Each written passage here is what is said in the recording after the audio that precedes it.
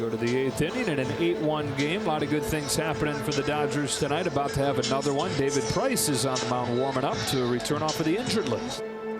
In his second year as a Dodger, David Price is still working to settle in.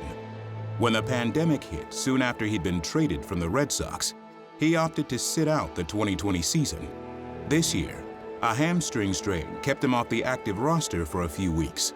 But the trade that now seems like a long time ago did reunite him with one of the most influential figures in Price's baseball career.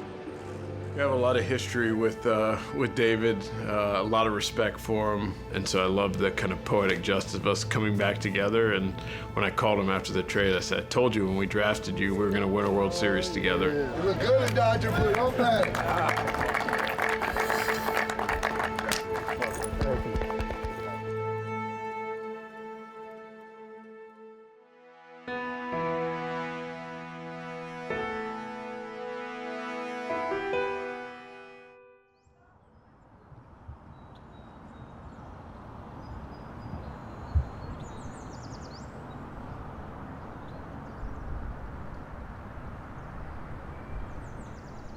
Before finding his way to Andrew Friedman, Price had to work his way through Vanderbilt University in Nashville, Tennessee.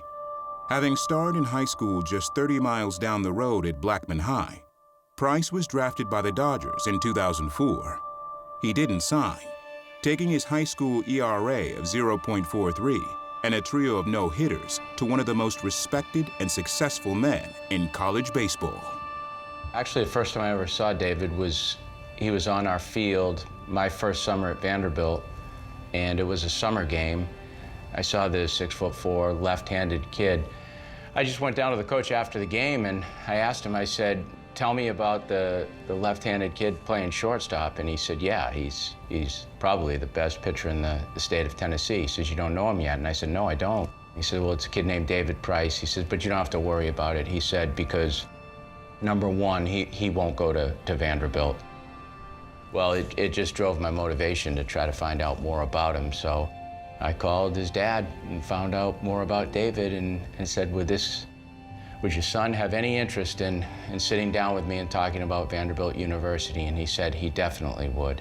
To me, it wasn't that hard of a decision. You know, once I met him, you could tell, you know, what Coach Corbin was starting to do with that program. And to be able to be a part of that, to be close to home, meant a lot to me.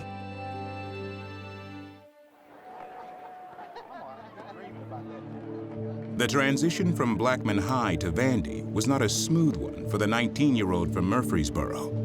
Difficult seemingly described every endeavor. School was easy for me until I went to Vanderbilt. It was a culture shock for me. Everything was baseball, school, managing my own time, and it had gotten the best of me.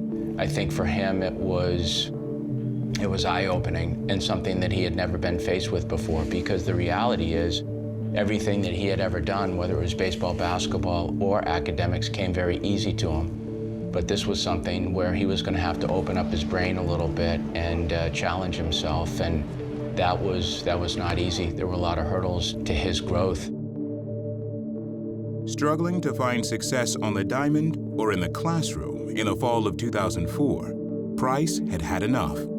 Tim Corbin was home the night he took a cryptic call from Price's father. I picked up the phone and it was Bonnie Price, and he said, Coach, my son wants to come see you in the morning. Are you going to be there early? And I said, sure. Can you just give me a heads up to what it might be? And he said, I'll let him tell you.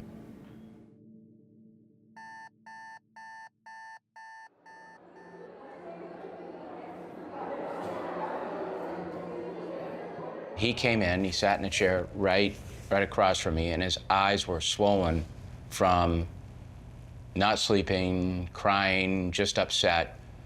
And he just sat there and he looked at me and he said, Coach, he said, I'm done. I don't want to do this anymore. And I said, you don't want to do what? And he said, I don't want to go to school here anymore, and I don't want to play baseball here anymore. And I said, okay, can you tell me reasons why? And he said, I'm not good enough to play here, and I'm not a smart enough student to stay here. I said, okay. I said, what would you like to do? I wanted to go be normal. My brother had worked at McDonald's whenever I was a kid, and I remember him coming home with Mickey D's and bringing me a Happy Meal, and had his uniform. And I don't know why I thought the McDonald's uniform was cool with the hat and whatever it was. I remember telling Coach Corbin, I just want to be normal. I want to go work at McDonald's. And when he said that, I said, you know what? I said, I think that's a wonderful idea. I said, I think you should leave Vanderbilt University, one of the best academic institutions in the world. You should leave our baseball program. And I said, I think you should start your working life at a fast food restaurant. I think you're qualified for that.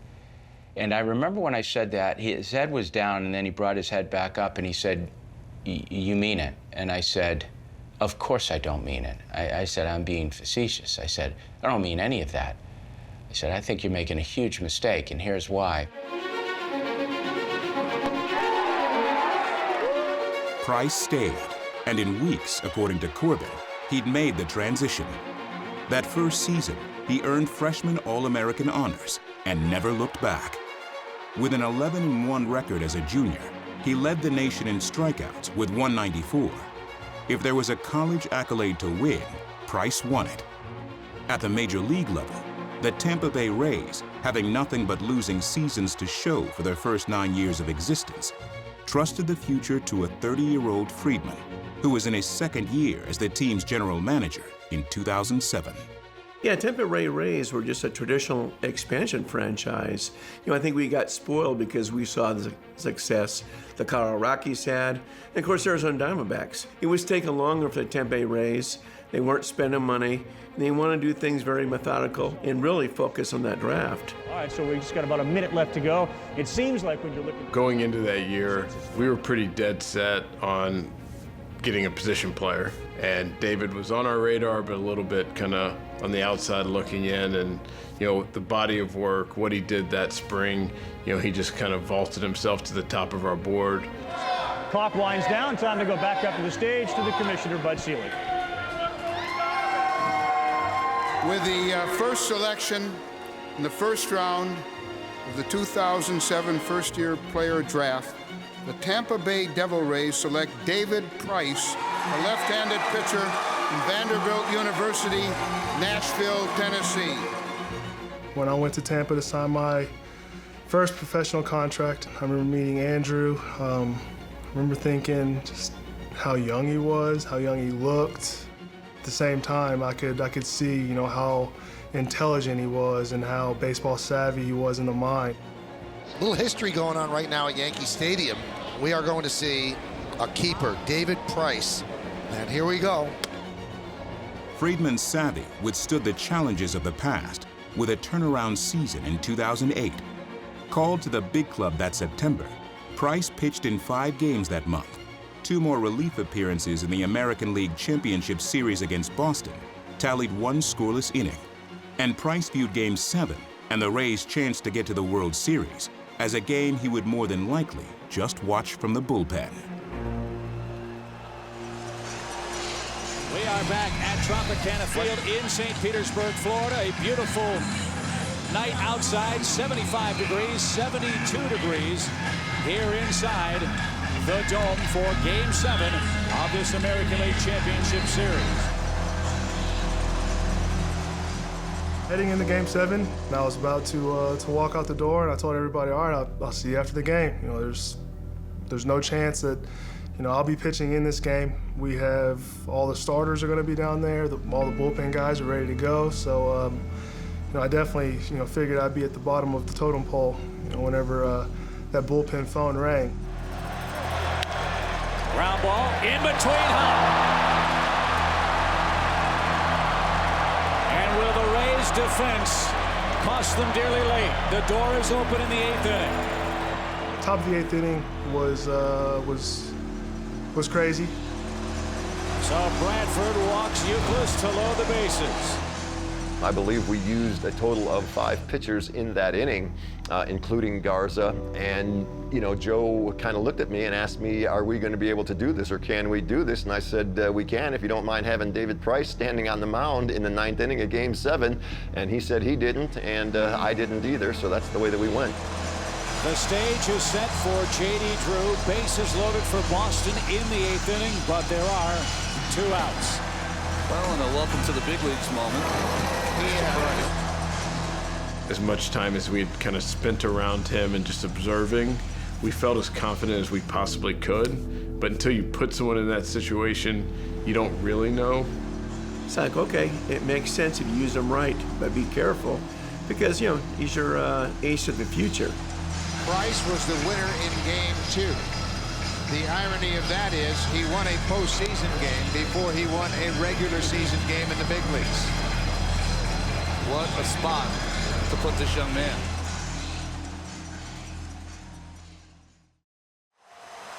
The stage is set for J.D. Drew. Bases loaded for Boston in the 8th inning. So from Vanderbilt University to the ALCS. And that's a very good start. Well, we were confident in him just because of the confidence that he had in himself. 0-2. He was not afraid of the big moment. Not only was he not afraid of the big moment, he wanted to be the man on the mound in the big moment. Strike 3.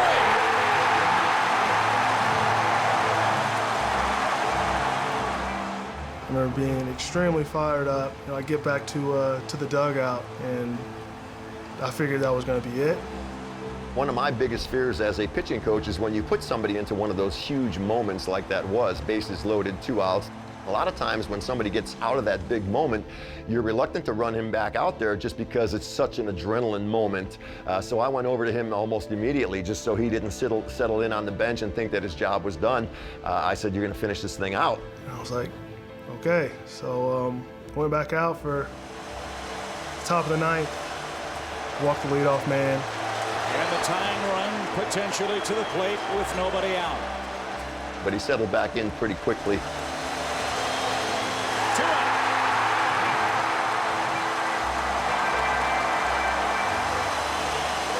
Jed Lowry, the final hope for Boston in the 9th. Ground ball to second. Iwamoto's got it. Rays are going to the World Series.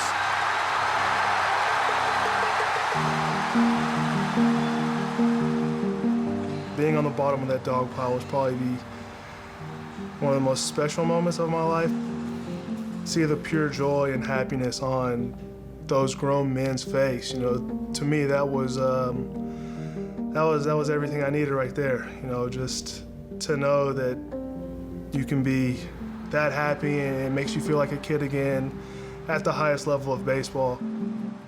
Pure joy became a theme in the early career of David Price. 2012 saw him win the Cy Young Award with a league-high 20 wins and a league-low 2.56 earned run average. But in baseball, pure joy is oftentimes followed by inevitable sorrow. In July of 2014, in the small market of Tampa Bay, the general manager faced a most difficult decision regarding his star pitcher. Yeah, the Rays in 2014 had to decide, hey, are we going to just give up or are we going to trade guys? And it became right down to the wire. It was an off day. Went to the field to work out and play catch. My agent texted me. I mean, I didn't think I was going to be traded. Yeah, it's been a day and a time that the Rays fans have been dreading for quite some time. Seeing a franchise player leave like David Price is tough to swallow. He is traded this afternoon right before the trade deadline to the Detroit Tigers in a big blockbuster 3-team deal.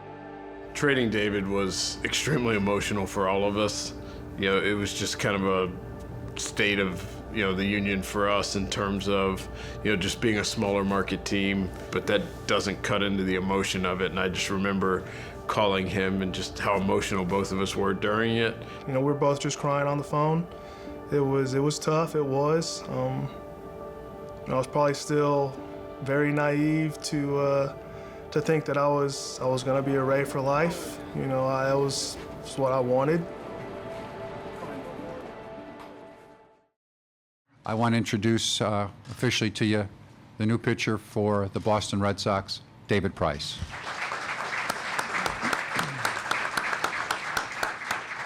There's the little issue of your postseason record. So I wanted to get your reaction to that, or an explanation. I think I was just saving all my postseason wins for the Red Sox. So I think you guys will enjoy those.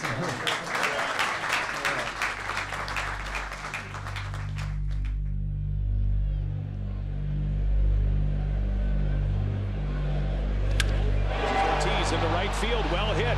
Back is Myers looking up, and she's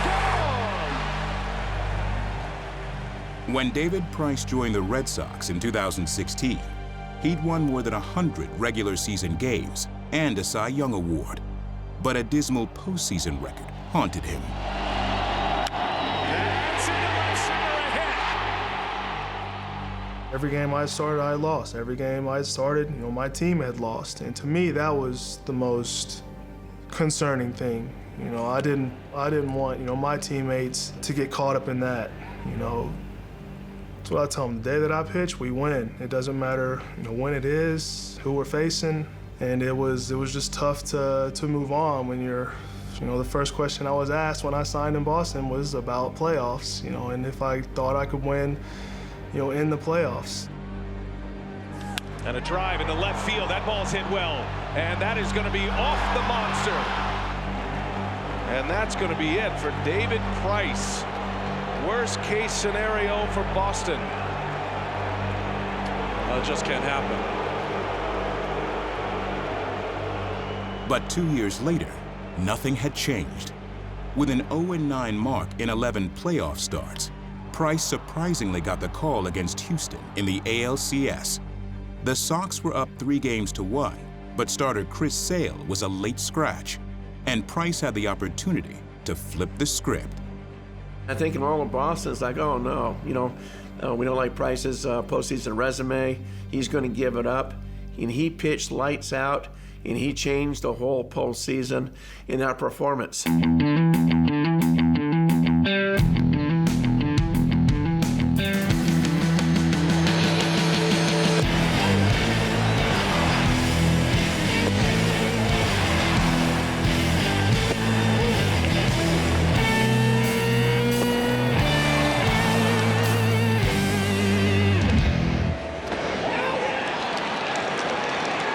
David Price, with as good a performance as you're ever going to see in the postseason.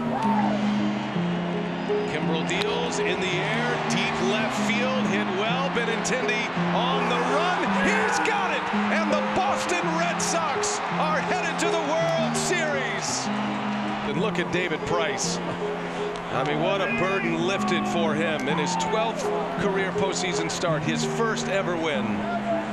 You could tell how proud he was. It was almost like a weight off his shoulders, saying, hey, I'm a stud. You see what I can do. And sure enough, you saw that confidence just bloom.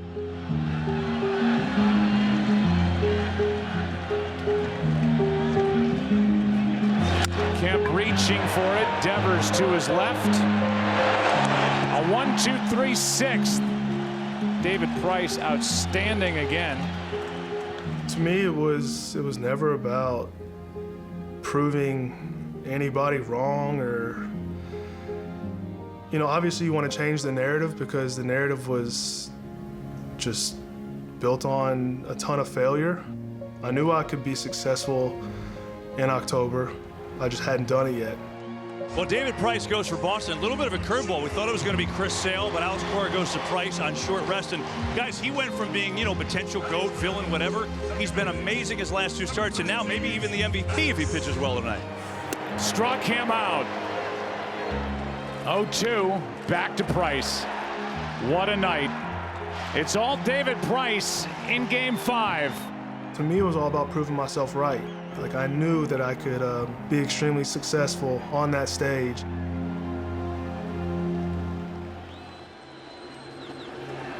Red Sox win the World Series. 5-1 the final tonight. As soon as that happened, I I wasn't high-fiving in the dugout or hugging in the dugout. You know, I wanted to celebrate on the field. I was so happy. Hated watching it personally, but couldn't have been happier for him. You know, I texted him after they won, and you know, talked about how happy I was for him personally. Obviously, I wish it would not have been at our expense, but it's not surprising with how competitive he is and how good he is. It was just a matter of time for those things to come together. That was one of the best things I've seen. I've seen so many great things from him, but to watch him pick up the ball every single night and just kind of put to bed the thoughts of people saying, he can't do this, can't do that, knowing full well that he could and can, I just thought it was a warrior spirit.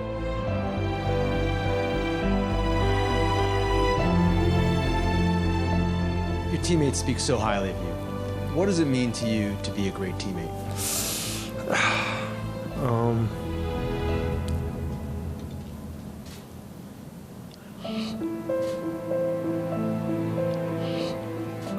A lot.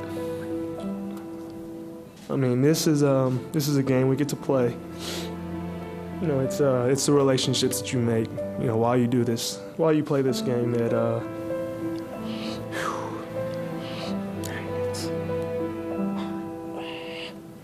that's what makes this game so special.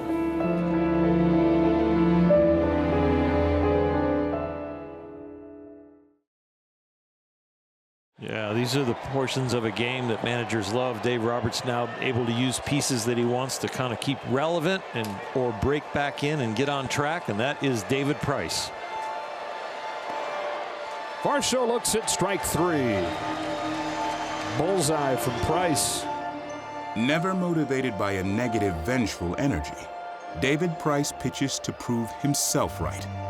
After coming off the injured list with that strained hamstring, he moved to the bullpen, where his major league career began in 2008. 13 years later, nothing is different. His goal is to help his team win. Everybody talked about this trade, about the Mookie Betts trade. They forget that the prize also was David Price. I don't think people realize how good this guy still is. Shoots one to third. There's Sheldon Noisy. A 7-pitch inning for David Price. Smooth return from the IL. The team knows whatever they want or whatever they ask, me to do, I am more than willing to do it. And whatever role I get on this team is, I want to go out there and I want to earn it. I'm going to stay ready, and if they want me to go out there and throw every fifth day, I'll do it. If they want me to stay in the same role that I've been, I'm okay with that. It's whatever these guys think they're going to make the 2021 Dodgers better. I'm all for that.